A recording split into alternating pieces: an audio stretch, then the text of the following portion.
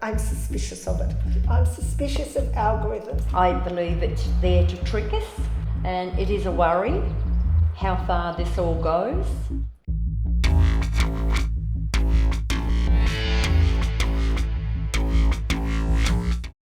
The older generation that we know as today has seen it all. From growing up with dial phones to now being able to have full conversations with artificial intelligence. What's a hobby you're passionate about? I'd love to hear more about it.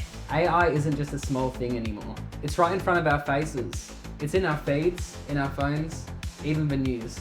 Today I'll be sitting with two women from the baby boomer generation to reflect on how technology has shaped their lives and to hear their thoughts on the rise of AI in today's world. I'll also be sitting down Jac Charlesworth, who is a researcher in IT and artificial intelligence. At the end, we'll make everyone do a simple test.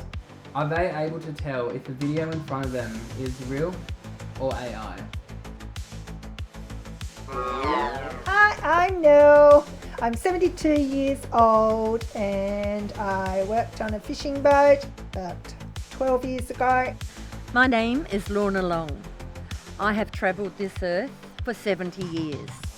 I am currently a celebrant for weddings and for funerals.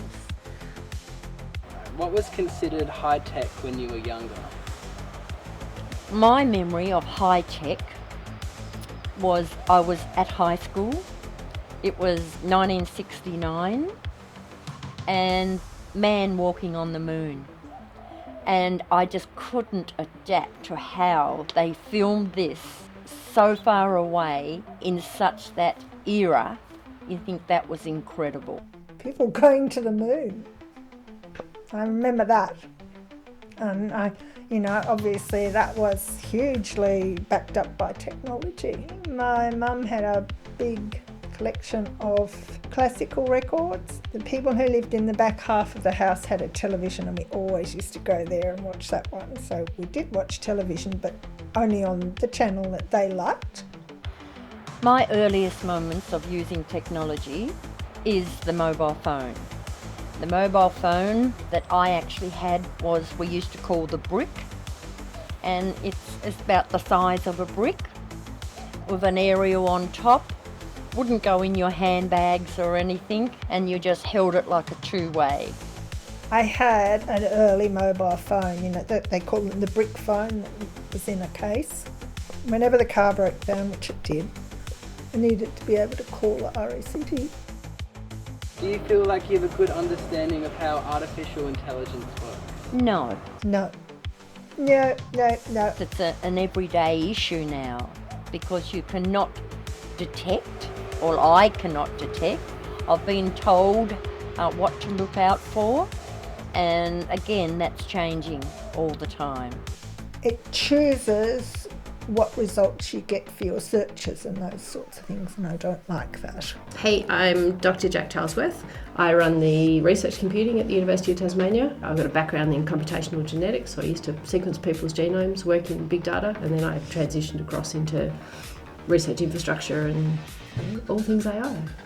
AI, as we thought of it maybe 5 years ago, so thinking about, Hey Siri or Hey Google or that kind of AI was mostly machine learning, and that sort of AI can do, basic query, you tell it the path to follow, it follows a path. So I spell a word wrong, it tells me how to spell the word, or I put a word in, it tells me what the most likely next word is.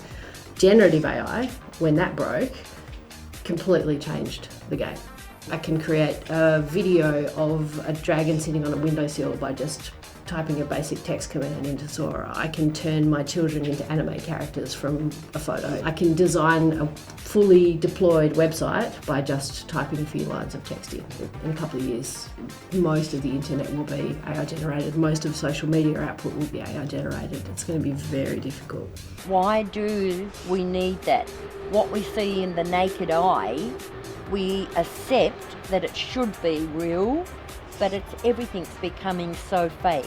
And it's not that you can't trust it, it's that there's a whole lot of people who are out there intentionally trying to mislead you, and that's very difficult to spot. That element of AI where you can mimic someone, that's where it starts to get a little bit terrifying.